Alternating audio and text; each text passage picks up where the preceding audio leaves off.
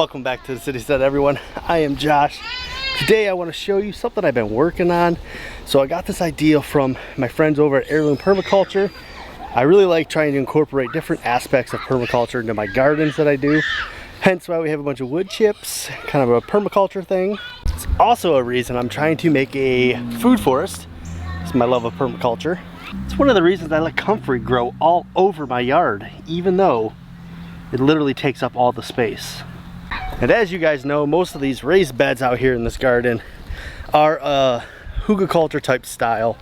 Another thing I've borrowed from permaculture to use as my benefit. So the latest thing I built was an herb spiral. Alright, so to get this little herb spiral thing I'm making, it's not really going to be that much of a spiral, but I like the idea of that, so I'm trying to modify that to within my range of what I got here. But I'm making a little frame. It's gonna fit perfect in this spot, so I gotta go finish this frame out, finish a couple other things, kind of assemble it a little bit, and we're gonna see where it is, how it looks. Hopefully it all comes together and it's what I want it to be. All right, I gotta go finish this up.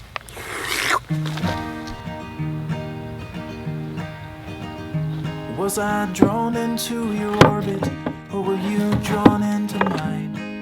In any case, you've given me a new reason to shine. The circles we're revolving, spinning recklessly around, growing tighter by the hour, till the flash and then the sound, and for a moment two are one, glowing with the brilliance of a multiplying. So this is sort of what I'm thinking. Yeah, put that board in the wrong place. Gotta go find another one. Hold on. Let's fix this real quick. Alright, let's try this again. Now they've got two legs on the side that's going to be hanging over the middle. That fits much better.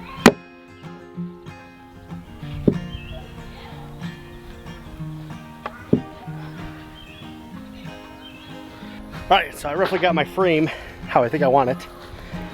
We'll see, I might do another adjustment or two. Whoops. Alright, trying to bring out the cardboard. You know, because did you even really build a raised bed if you didn't put cardboard at the bottom of it? Pretty sure it's illegal nowadays. You just can't do that. Gotta have cardboard in there. Alright.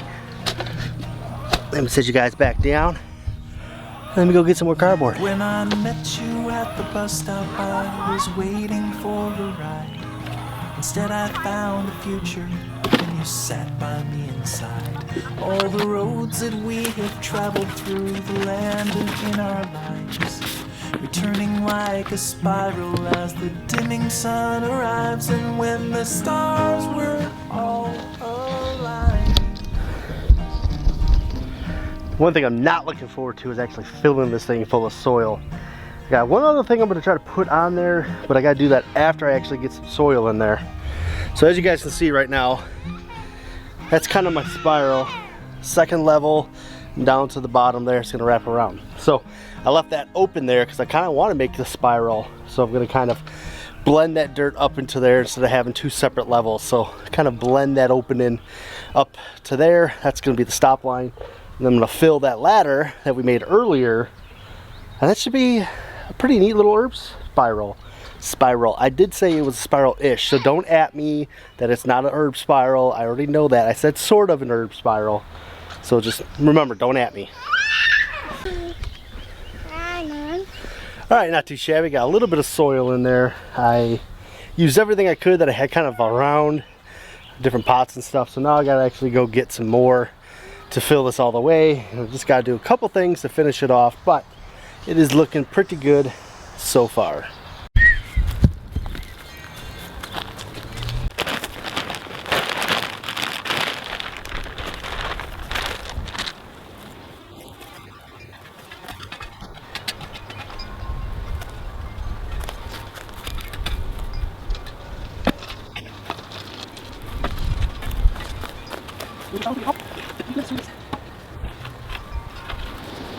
So like I said, I kind of seen this idea last year. Heirloom Permaculture was doing theirs, updating it. It's pretty slick little design. I really liked it, and I really was like, oh, that is cool. And we like to grow herbs here, a lot of herbs, so I wanted to figure out a way to make it work for me and try to implement it in my little area that I have.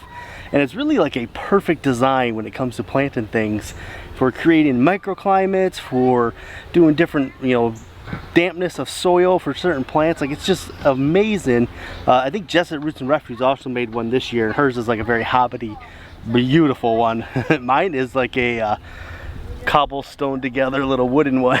So like I kind of said, a herb spiral actually is supposed to take into design different, you know, suns. So you got your sun from the south, east, west, north sun, and then you have your different heights depending on what likes to be dry feet and what kinds of like stands on more wetter feet.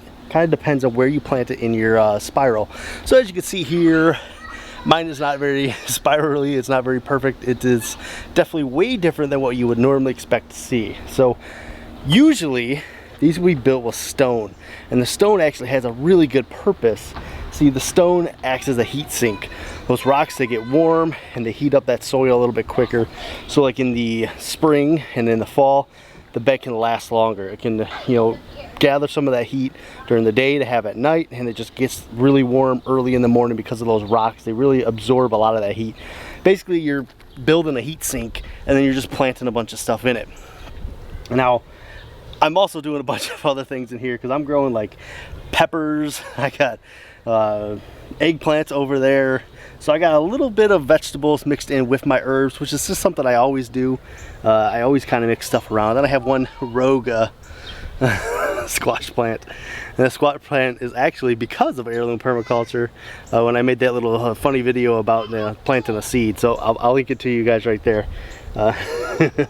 But I wanted to show you a little bit. I let some of this mint go wild that's on the outside edge, just because I've been having a lot of pest problems. I wanted to show this to you guys earlier, but it just, everything keeps getting either eaten by bugs or mostly the groundhog. He's come in here and done the most damage. Let me show you. So as you can see right here is my beautiful, lovely parsley. Yep, that's what it looks like.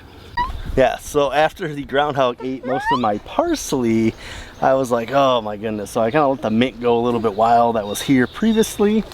But I put a lot of different things in here, like oregano, and you can see this is my lowest point back here, and it kind of works its way around and up to higher up here. So I have this basil, it's kind of in the middle. Basil kind of likes wet feet. I have rosemary, which likes it dry. You can see this rosemary is doing really nice, beautiful. Then we got oregano, which is another dry type of plant. And then we got cilantro right down here. Parsley, if it ever comes back. I planted some seeds, hopefully that'll work. We did some sage around on this side. Sage is something that likes it a little bit more moist. So sage is over here, and there's another basil, little purple basil. I really like purple basil. And there was supposed to be some dill, but that's not doing that great. I tried to transplant some dill from over in our original herb garden, where we still have a lot of herbs growing, but I wanted to add more because we just like herbs that much. So this main bed back here is kind of like my my spiral part. And then I did these steps that I built into a little planter also, and this is just kind of my extra. So I got some like lemon balm and peppers. I got some lemon thyme in there because we really like thyme here. Eggplant, and then more basil because you can never have too much basil. My idea of putting basil up here was that I kind of wanted basil that was out of the reach of that little critter. So it worked out because this basil is actually doing pretty good, and some of my other basils around have been nibbled and gnawed a little bit. So that putting it there actually gave me a chance of getting some good basil. So I'm going to link Heirloom Permaculture's video down below. I'm also going to throw up a diagram right here so you guys can see, because what it does, the herb spiral takes into account the different points of sun throughout the day. So you got your southeast sun, your northeast, you know, your northwest, your southwest, and it kind of plant everything to create these microclimates to where as the sun's coming up, it hits what needs the sun the most, the longest throughout the day. And then that will provide shade for the things that don't need the sun that long. Like I said, a lot of soil moisture, depending on how high it is up in the spiral, depends on what plants are going to be there. It's really, really, really awesome, well thought out design. It's just when I looked at it, I just thought that is so cool. I have to do something like it. You know, obviously I don't have a lot of rocks sitting around my property because we live in the city, but this is we'll call it the urban herb spiral.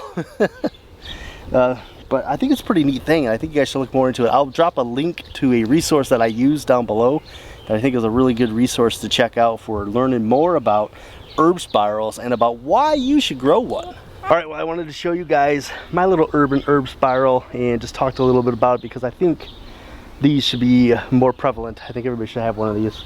Super little cool thing, and I might actually do another one of these, one or two, depending. Maybe try to do one that's like all perennials. That way I don't have to worry about replanting it every year. Some things will come back, some won't, but that's all I got for you guys. The herb spiral. Check out the resources down below. Check out Heirloom Permaculture's video about it and get ready to plant yourself one next year. Or if you still have time, do it this year. Get it started so you can plant it out for next year. But that's it. Remember guys, be bold and grow bold, and as always, we'll see you in that next video.